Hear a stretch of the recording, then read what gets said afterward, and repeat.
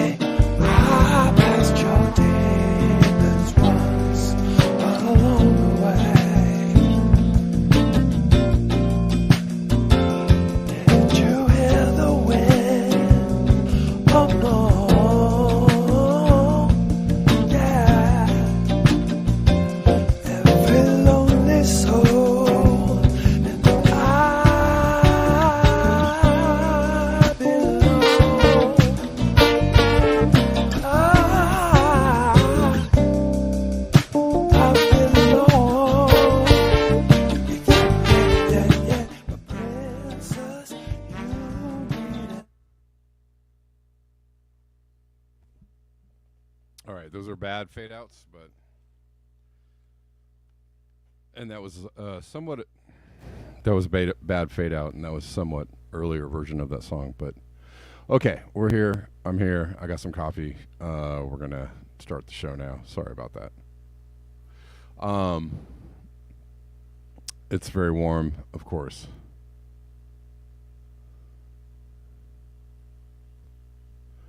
And yes, and it's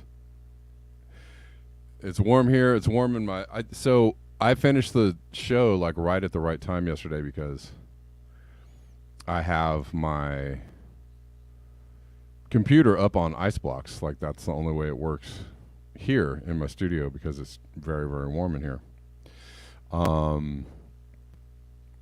And but the ice, the ice melts during the show, and as it gets warmer. The ice melts and it stops being as effective at keeping my computer cool. So like right at the end of the show yesterday, I got my computer just like conked out and got too hot. So it was really good timing yesterday. All right. Well, I'll probably try and go a couple minutes longer today because we're starting so late. I apologize again one more time for the show starting so late. And thanks for hanging out. But remember that story from a few months ago? Somebody who watched the show said that they had reported that a peach farmer had been wiped out by extreme weather. And it's true. Man, and I was just listening to a show... and it's very frustrating for me because they're just completely, trying to say, no, there's nothing happening. There's no global warming. This is all, they're just lying about this. It's not happening. But you're talking, you're attacking it from the point of temperatures, I guess. Which is just, one aspect of climate change and trying to like cherry pick how, well, these temperatures aren't all that crazy. There's so much more going on than just that.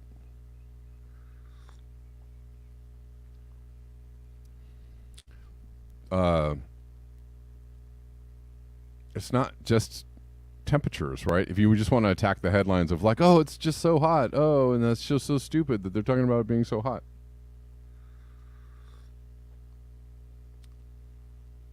It's not okay. I mean, I guess if that's a point you want to bring up, but there's so much more going on, and I just don't know, how, sea level rise is happening, Greenland ice sheet is melting, Arctic ice is melting, all those things, glaciers are melting all over the globe. I don't know how you counter. So, okay, if it's not that hot, then what's going on? If it's not that hot, why is everything melting? If it's not that hot, or why is the weather so all over the place? Why are the extreme weather events like happening everywhere? Why are these weather events taking out peach orchards or rice paddies or cornfields? Right? Yesterday we covered cornfields getting slammed by hail. I just, there's so much going on, and I just don't know how you can fake that or make that up. And I just, how do you explain all the other things that are happening? If you just want to talk about temperature, but that is just so one-dimensional and one-sided and so like shallow, and how do you explain all these other things that are going on the planet? Is it all HARP rays and directed energy rays? Yeah, I don't know.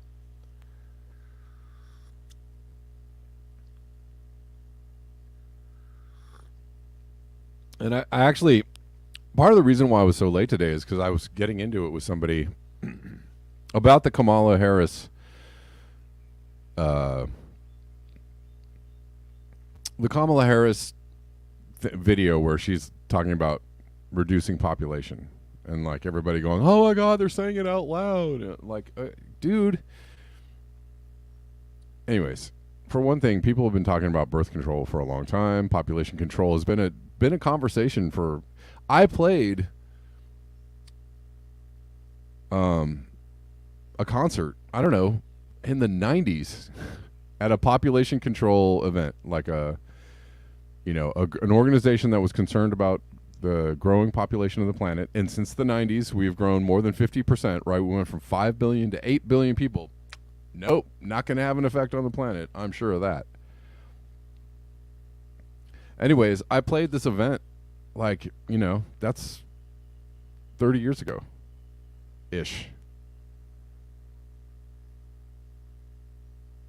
It hasn't been a conversation for a long time. People have been talking about, we can go back to population bomb. We can talk, people have been talking about the idea that, a growing population wouldn't be an issue. And the funny thing is, just like climate change, how much of those past conversations actually helped the issue, right? Oh, 50 years ago, they were saying we got to reduce the population. It's been in the plans all along. I was like, well, if it's been in the plans all along, why is the population growing? Genius.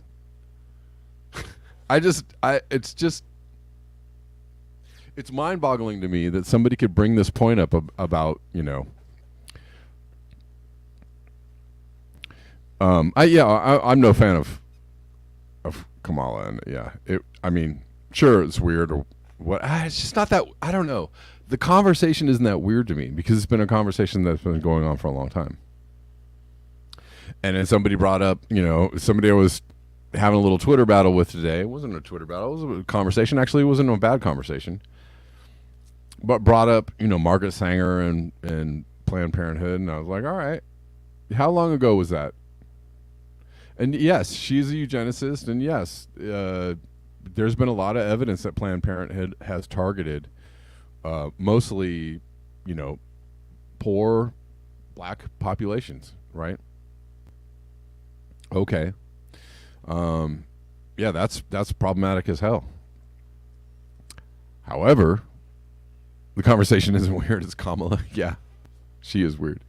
However, how long has Planned Parenthood been around? How long has Planned Parenthood been around? And in which direction is the population gone ever since Planned Parenthood was created? I rest my case. You don't know what you're talking about because it doesn't make any sense. It doesn't make any sense. Oh, you're the carbon they're trying to get rid of. Okay. Really? Okay. Let me see. We've had, a conversation about population control for 50 years at least. We've had organizations created around discussing, whatever. We've had people talking about climate change for however long. And what has happened with, what's happened with both? What's happened with population? Well, you could pretty much say it's exploded. It's exploded. Not just grown, exploded. Like from 5 billion to 8 billion people in 30 years. That's an explosion of population.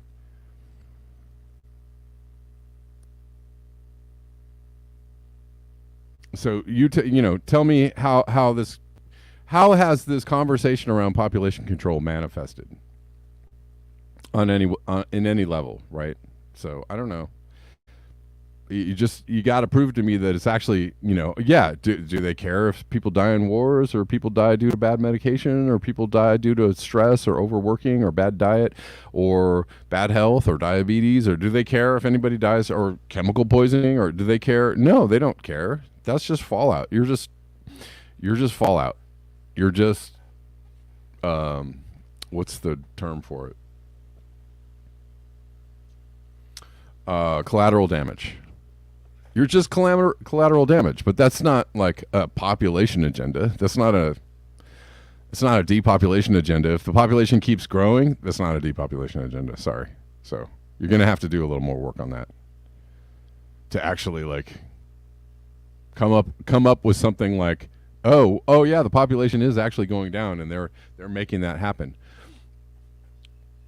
Could they be culling the herd, as they say, here and there? But because hey, we seem to continue to just keep on pumping them out. Can they see us as expendable? Sure, of course.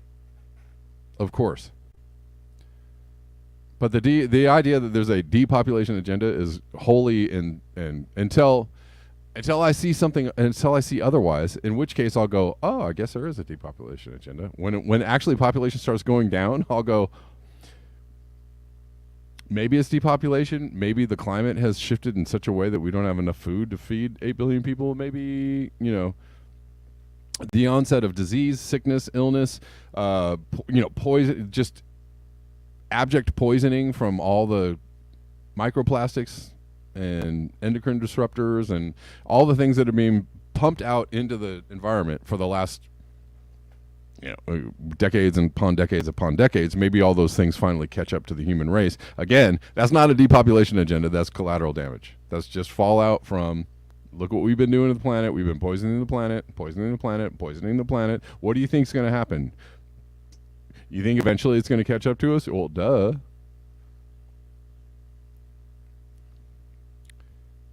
The logic escapes me, and I don't know. I had a conversation with somebody, on Twitter about it. It's fine, yes, the people in charge are bad, evil, but you got to, anyways, if there's a some kind of climate change agenda, like, okay, well, all the things that are supposed to be making climate change happen don't seem to be decreasing on any level, on any major level, right? And the things that we want to do to replace the energy sources seem to be just as destructive as the thing we've already been using, which is fossil fuels, coal, whatever. And we can't kick that, right? We can't kick that, or industrial civilization collapses, right? We know that. So I'm just, if there's a climate change agenda to do whatever, it hasn't seemed to stop, stall, or slow down the progress of industrial civilization at all on any level.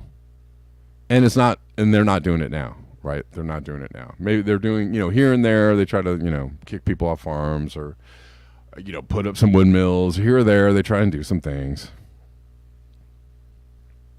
But show me that there's actually been this, a climate change agenda that's actually produced some kind of results. There are none. So you're going to have to try a little harder if you're trying to convince me that the Club of Rome, or the Rockefellers, and all these people were, making up this, the Rhodes Scholars and all these people are making up this stuff. Long ago, and they had this plan. Okay, where's the plan? I don't see any results from the plan. The plan is a dumb one. It's not really working. It's not working very well. So, okay, keep talking, I guess.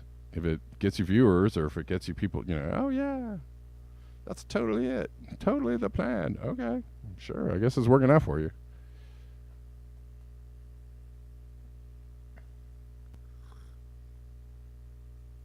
You're not getting sound on Colin? Is it just you, or can everybody else hear on Colin, or is this silence? Somebody let me know on Colin if you're hearing just silence. Yes. Emoji says one resource not at risk of depletion is human beings. At the moment, it's not. We're not at risk of it. The funny thing is, somebody says the audio's okay on Colin. I'm asking about Colin specifically. I'm just saying. And if we get to the end of the line where we have destroyed and decimated the planet to the state that it can't carry forth life on Earth, specifically human beings, because we're the most important thing ever. Okay, cool. If we get to that point and they're like, yeah, that's been the plan all along. Yes, we were trying to tell you that for a long time. We've been trying to tell you this for a long time. And now you're like, oh, that was it. They did it. Yes, they did. I don't. Is it me?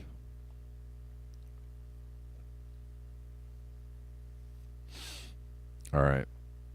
But anyways, peaches, are going down. Peach orchards are going down. The peach state lost more than 90% of this year's crop after a February heat wave followed by two late spring frosts. Again, this is not about like, it was really hot today. No, it's about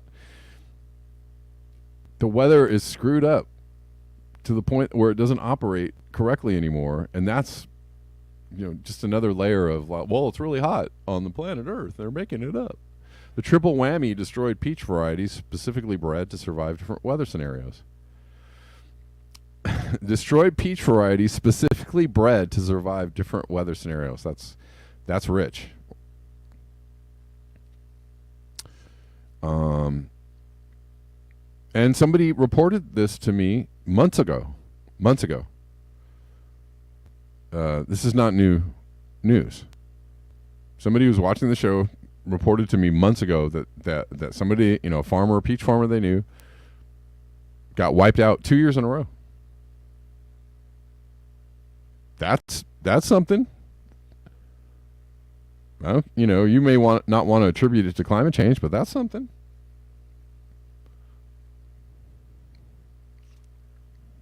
Midsummer is the peak of juicy peach season in the state of Georgia, but recently the peach cobbler factory in Atlanta ran out of peaches and was forced to pivot to apple cobbler.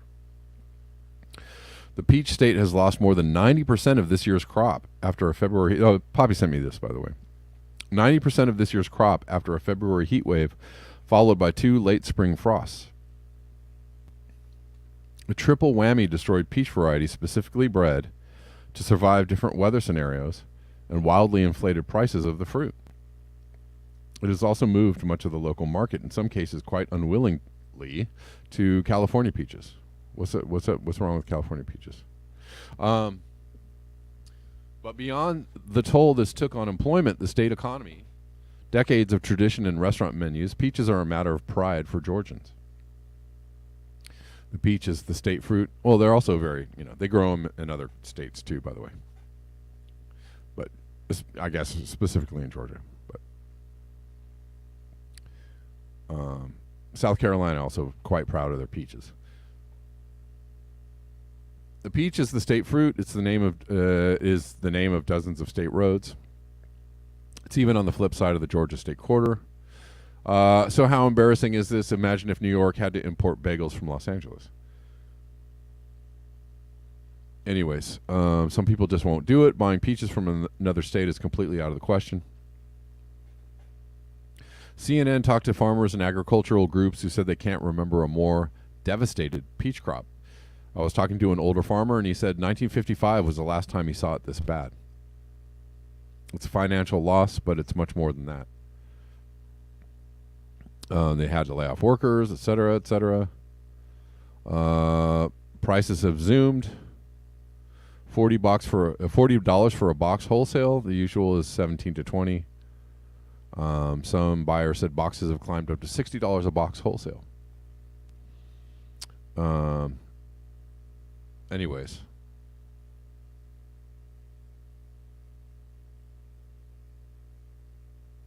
But this is, just another wrinkle or another data point, if you will. Yes, millions of peaches. I love that song. Peaches for free. Millions of peaches, peaches for me.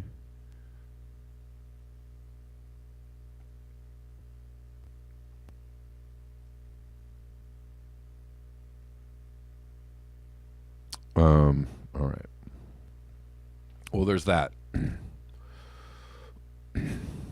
Poppy also sent me this. Double jet streams on one side of the Earth significantly influencing heat waves on the other side.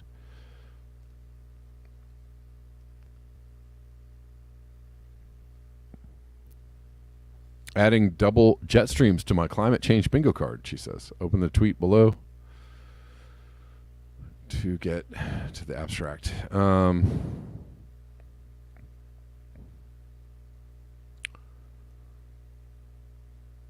Anyways, impressive double jet pattern over Eurasia. In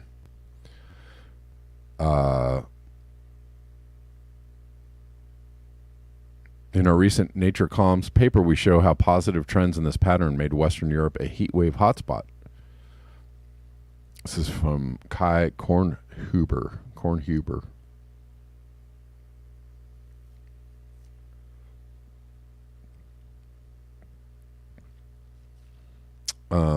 Okay.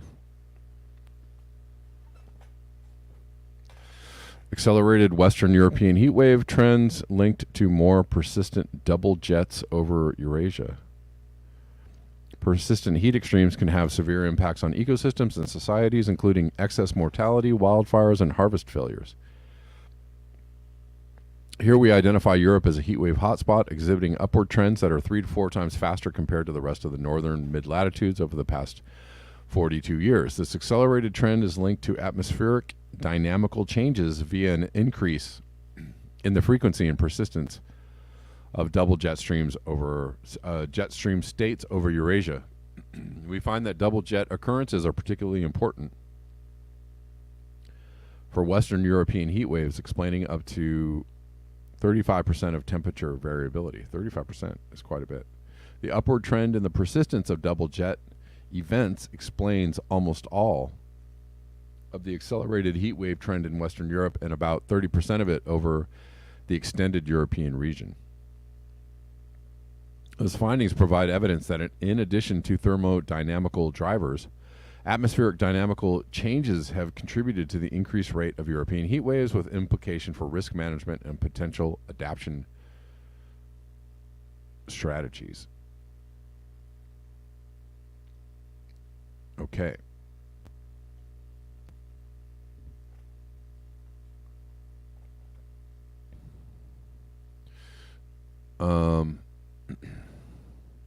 Let's keep going. China just experienced its highest temperature in recorded history.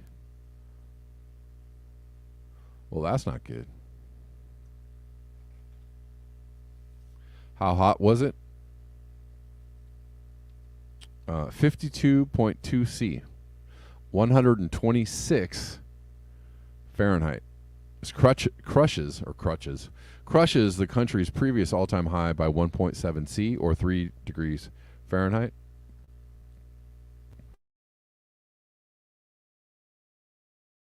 It is hot.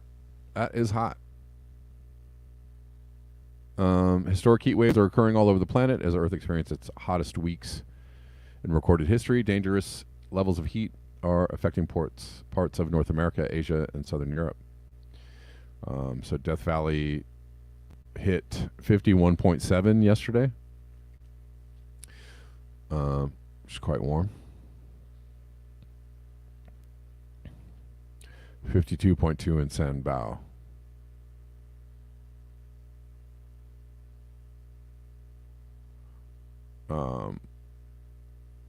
Anyways. Oh, I'm sorry you couldn't see that.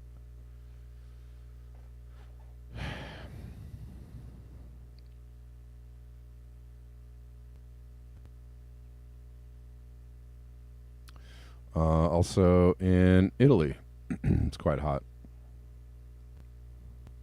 I don't know. I see, so I hear people trying to say, oh, it's not that hot. But I see people that are there, that are in Europe, saying, whew. I have friends who are traveling through Europe right now. They're like, whew, it is hot. I see other people who are in Europe who are like, well, god dang, it's hot. Okay. The heat this week in southern Europe is alarming. This is the Italian island of Sardinia in the Mediterranean. 47 C. Forecast for Tuesday, which is 117 degrees. I can tell you that when it hits 117, that's hot as heck. I don't care where you are. That is hot. We've hit 117 degrees in Southern California. Yeah, sure. But I can tell you that is alarmingly hot. That is a point. That's like the point at which your trees, your plants will instantly die in a day. And it doesn't even matter how much you water them. If they are out in the sun when it's 117 degrees, you can probably count on saying goodbye to a lot of your plants. And it is that is brutal. That is a brutal temperature. And I don't know what the point is of down. I get it. If you want to try and like go for graphs and data and stuff like that, but like downplaying something like 117 or in the 120 degree area is like, oh, it's okay. No, people die. No, people die when it's that hot. Okay. Whether you want to debate on whether this happens all the time or something like that, or it's happened before, okay. But I mean, at some point, it does get life-threatening, and it does get concerning for people. Give me 1 second, Thomas. I'm going to take your call.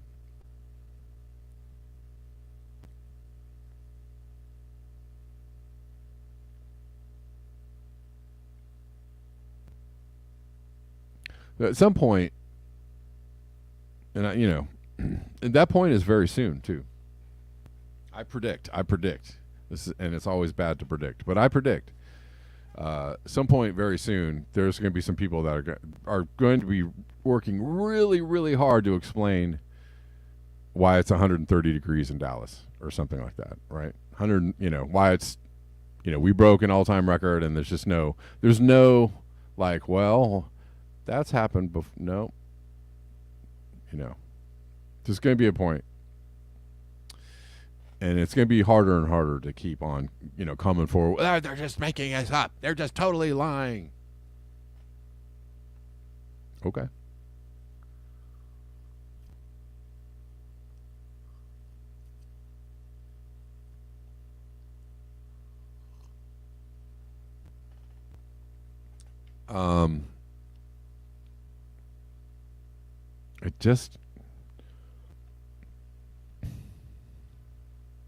It's weird to me. It is just weird to me. Hold on, guys.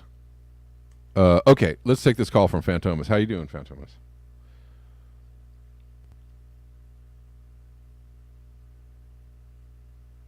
Hello, Fantomas. Are you there?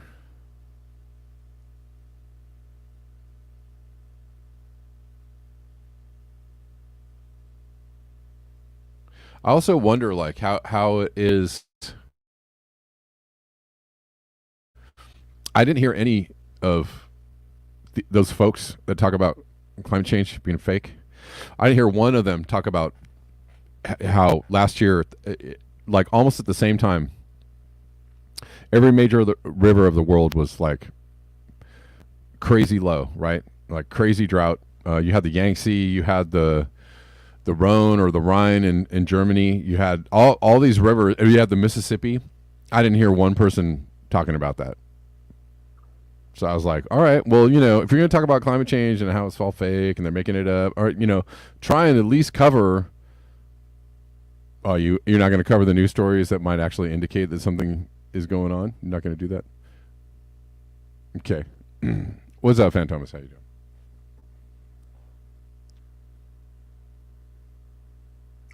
Good afternoon. What's up, man? How are you? Yeah, I was just having a little bit of issues with the It's all good. the app season on me. But anyways, I did want to mention I find it interesting that a lot of people are going to Death Valley for tourism.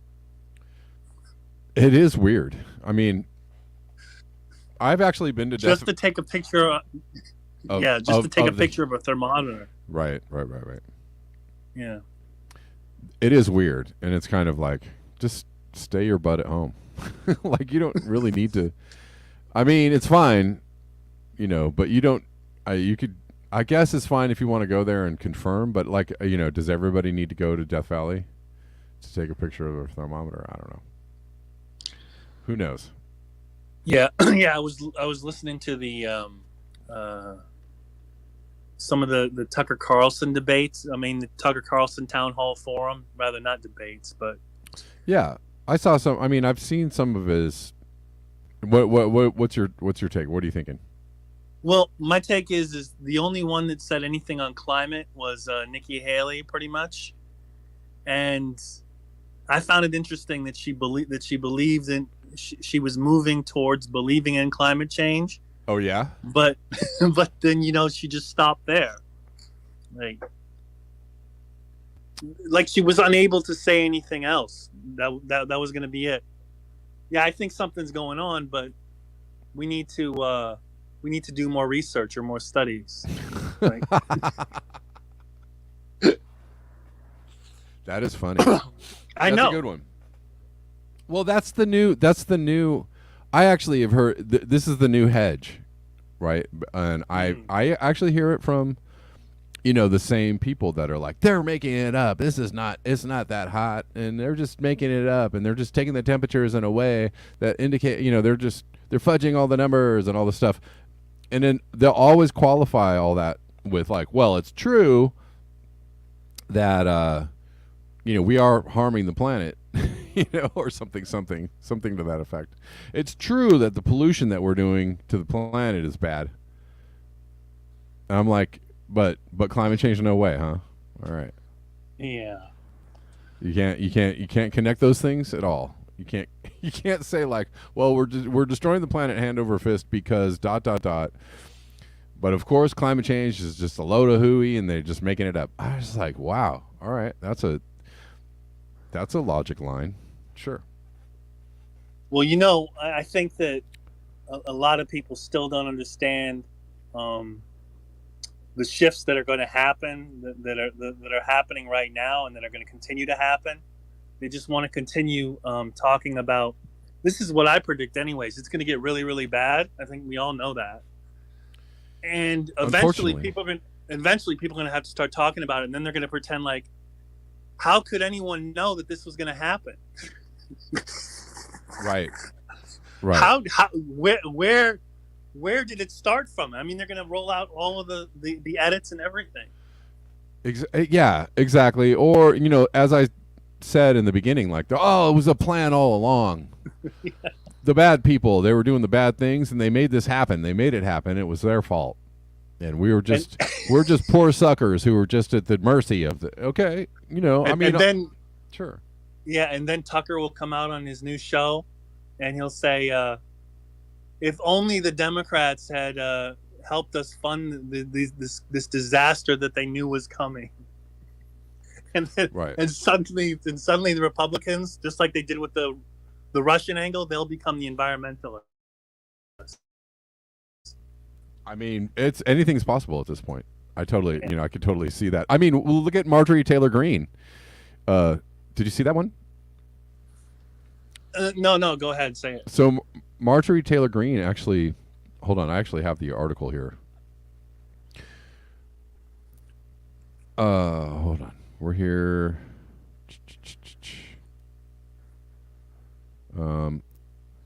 So Marjorie Taylor Greene put an amendment up to block funding for the Ukraine war,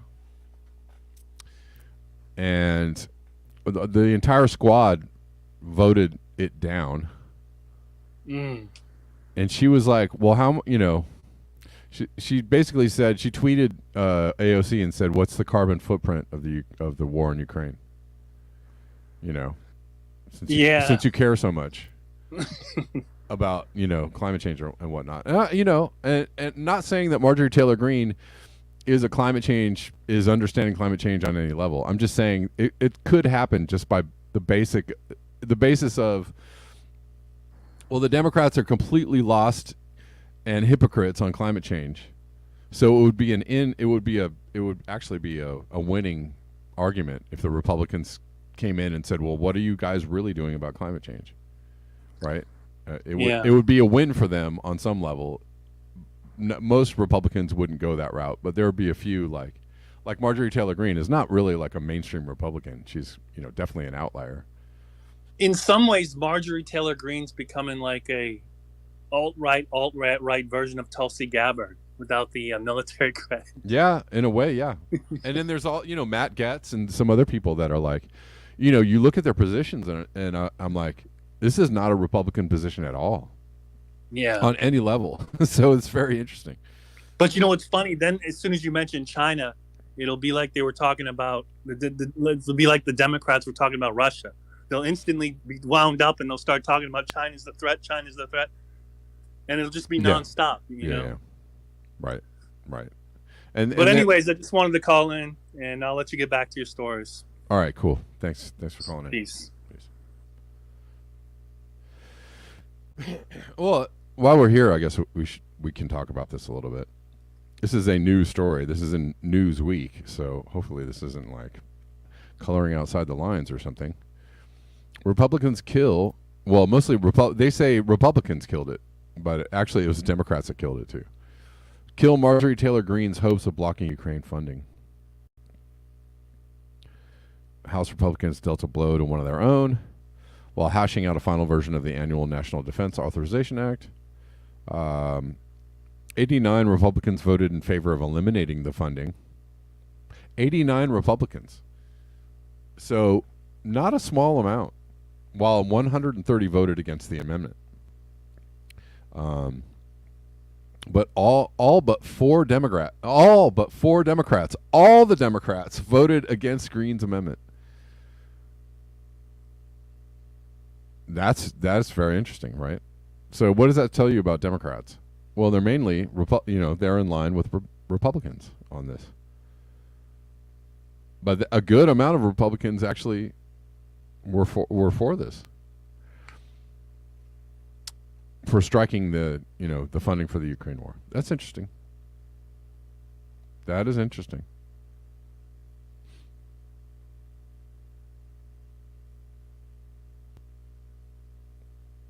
Huh. And Green said, while introducing her amendment to strike the $300 million in funding, the Georgia Republicans said Congress should not authorize another penny for Ukraine and push the Biden administration to pursue peace. I can't disagree with that position at all.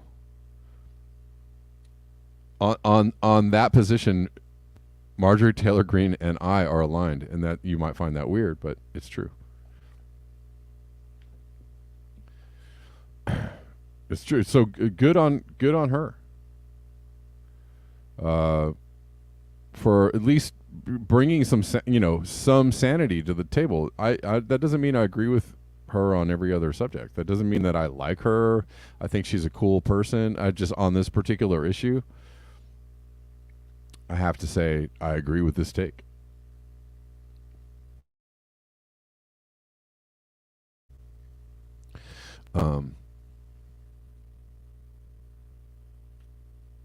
Let's see.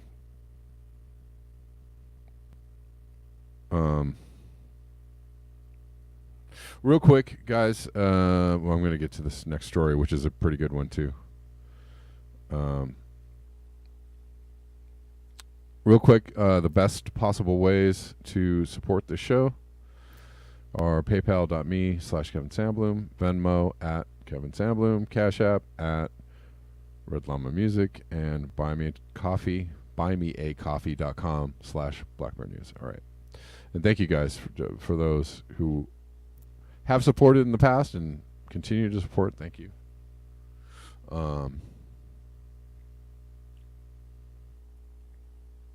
Yeah, there's been, I'm going to read a tweet about the loss in value of office space due to remote work or being able to work from home, Zoom meetings and whatnot, and I'm for it. I'm actually for it. A lot of people think that's bad, but I don't. Do we all really have to have the right to go to work, like to actually travel to work? I don't mean like work in general. Like, I mean, anyways, I won't get into that because that's just a long rant, philosophical outtake, which we don't have time for. But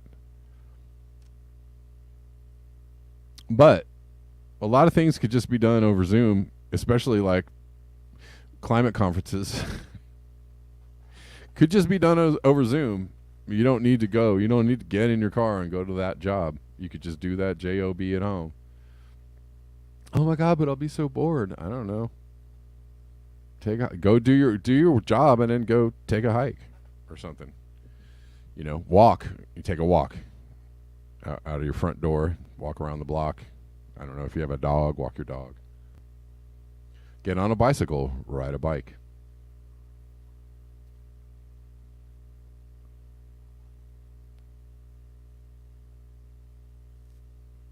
Just ideas. Oh, I was saying hello to the Rockfin people. Hello, Rockfin people. Hello. I see you there.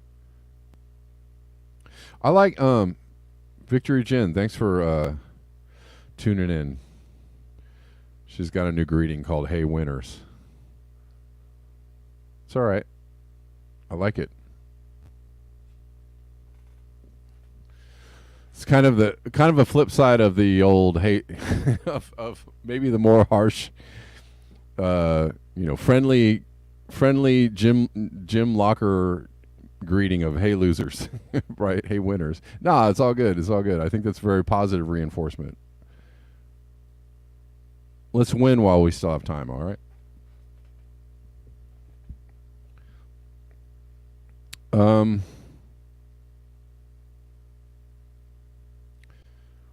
What was I going to talk about? Remote work risks wiping $800 billion from the value of office buildings in major cities worldwide by 2030 as the post-pandemic trend pushes up office vacancy rates and drives down rents, according to a new report. And I'm with Childish Gambino here. Donald Glover, good, excellent.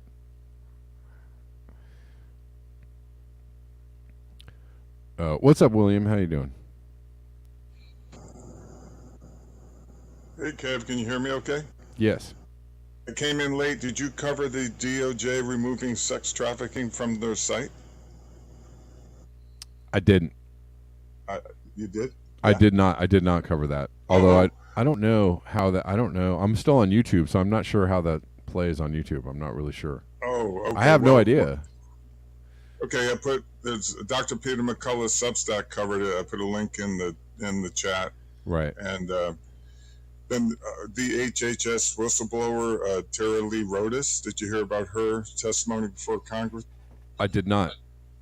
Okay, there's links there too. I won't say, maybe Friday or something. Yeah. We could go to Rockfin. Well, there was also another story about, to go back to the sex trafficking thing, there was a bill up for vote in California. And a bunch of lawmakers in California voted. It was a bill to, I'm not really clear totally, but it was to strengthen protections, right, for children against being trafficked, right? And they voted against it. And so, oh my God. And everybody was like, really? Where was this? California? In California. Yeah. I'll search that. Wow. Oh my God. Yeah, and then now there's a bunch of lawmakers coming out and like, oh, I didn't really mean to do that. I didn't mean to vote that way. And they're like, why did you? How could you not be like, sure, protect the children? No, we don't need to do that. I mean, but that's California, anyways. Like, if you think Democrats make the world a better place, just go to look what they do in California, because we have a supermajority of Democrats. We always we have for a long time, and they vote down every Medi-Cal for all bill. They vote down, they keep the insurance companies going. They keep the oil companies going. They keep voting for all the horrible things that were supposedly were progressive and we want to do away with, but not really. Not really. God. Yeah. George Galloway, what does he say? That the right and left, wait a minute, right, left, and left cheek of the same dirty ass or something like that. Nice. Or does he use the word butt? I don't recall. He was the MP out of UK. You know what I'm talking about? He's got a YouTube channel. George Galloway. It's funny. Yeah, I know George. Yeah, George Galloway is great. Anyway. He's awesome. All right, man. I'll let you go. Maybe Friday we could talk more about it. My plan was to actually switch over. I'll try and do that tomorrow. So I'll just switch over to Rockfin earlier. Okay. Earlier on the show, and then we can then you can call in. We could just say whatever. Yeah, right. We need to be able to. Yeah. Of course. Yeah. Isn't it crazy? We have to oh my God, we have to worry about censoring something about this topic. It's of all things, It's shameful, isn't it? That's USA Incorporated. All right, thanks, bro. Yeah. Thanks, man. Yeah. I don't know. Poppy's asking for more details on. What was it? Okay. I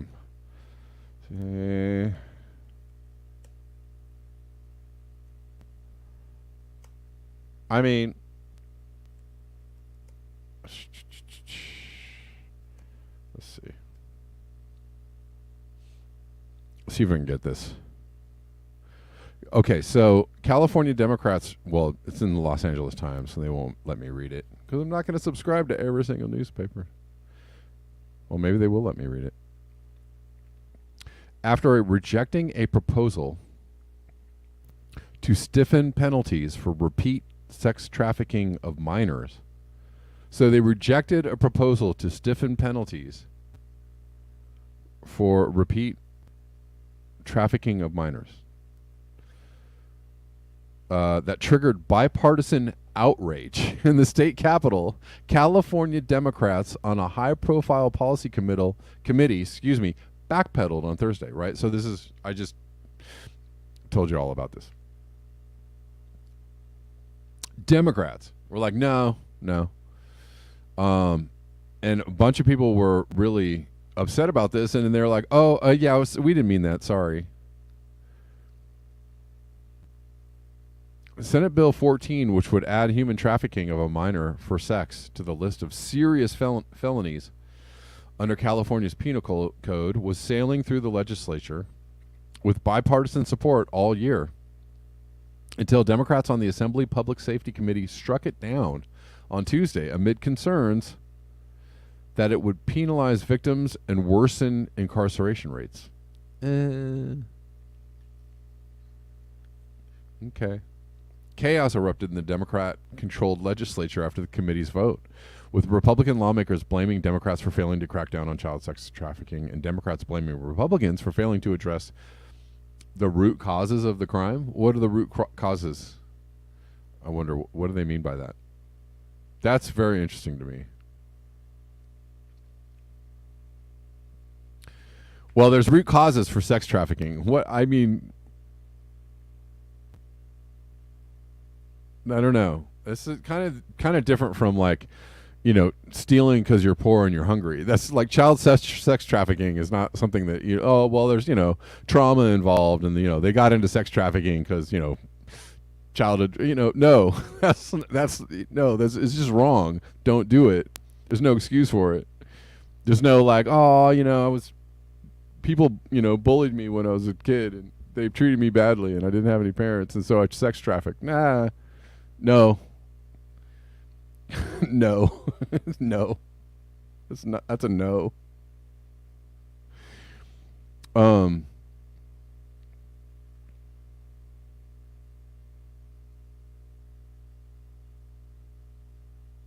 Anyways, so let's see. We're talking about children being raped every day, the bill's author, State Senator Shannon Grove, said in Wednesday interview with the Times. It's just very, very, very disturbing.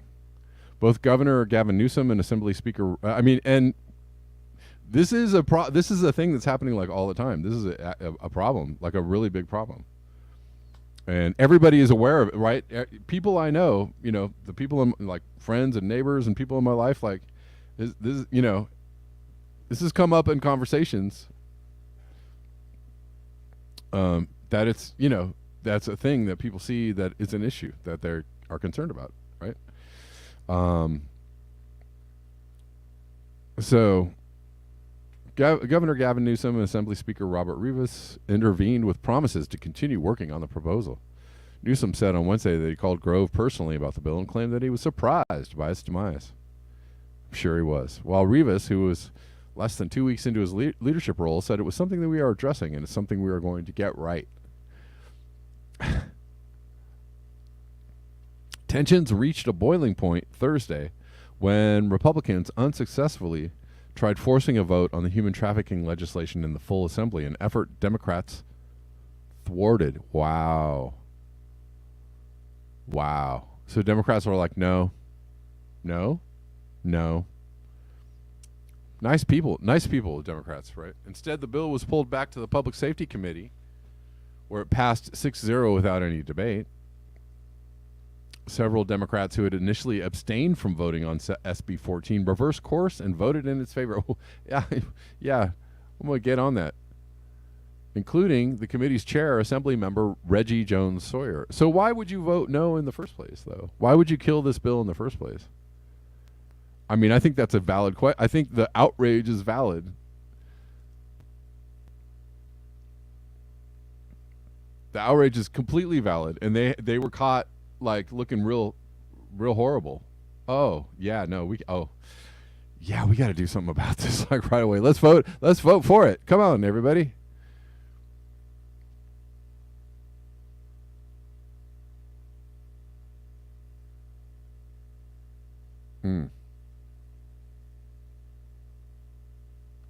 And I mean, I think that's pretty fair. Current law can send convicted human traffickers of minors to prison for up to 12 years or 15 years to life if the crime involves, among other factors, force, coercion, or violence. But by making the crime a serious felony, subject to California's 3 strikes law, SB 14 aims to lengthen prison terms for repeat traffickers. Is that, I mean, come on. Is that not fair? You've done this a couple times. So maybe this time we make it a little worse for you.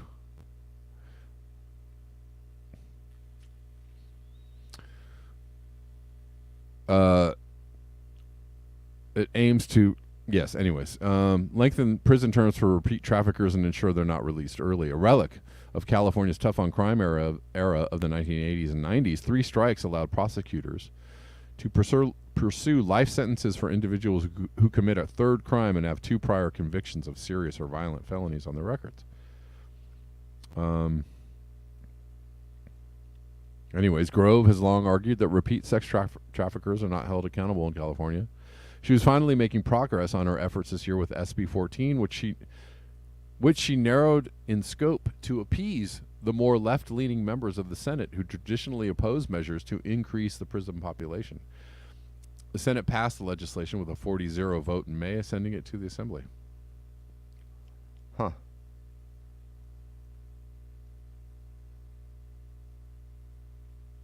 All right, so here's something, I guess, Poppy, that might be interesting. The Assembly Public Safety Committee initially voted SB 14 down amid concerns that it could unintentionally lead to the prosecution of victims who are forced into a cycle of human trafficking while exacerbating racial inequalities in California's prison system. What do they mean by that, though? Racial inequalities? Are they trying to say that only certain races do more sex trafficking? I don't know. That's weird. That's weird.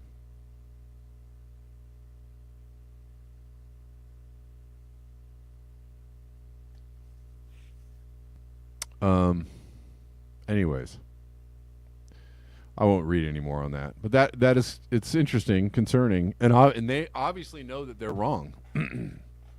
They know they're wrong. They know that they made a mistake. They made a oopsie. They're like, well, okay. Since you got all upset about it.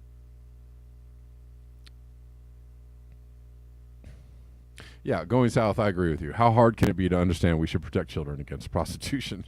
Not that hard. Even if, we don't want to increase the prison population by subjecting the criminals to longer sentences. What? No, in that instance, I think you should increase the prison population. Anyways, it's wild. It's wild. But then, you can link that all, you can go way deeper on that one.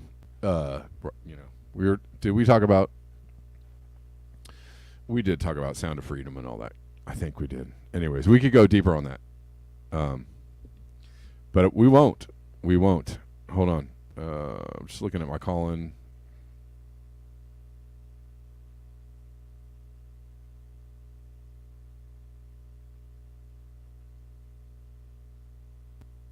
Oh.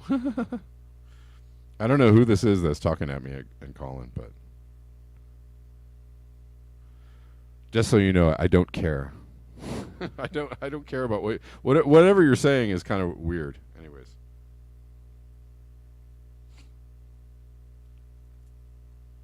You're trying to deny things that are actually happening, and I find that to be an interesting stance, right? I find that to be a weird stance. But, to each his own.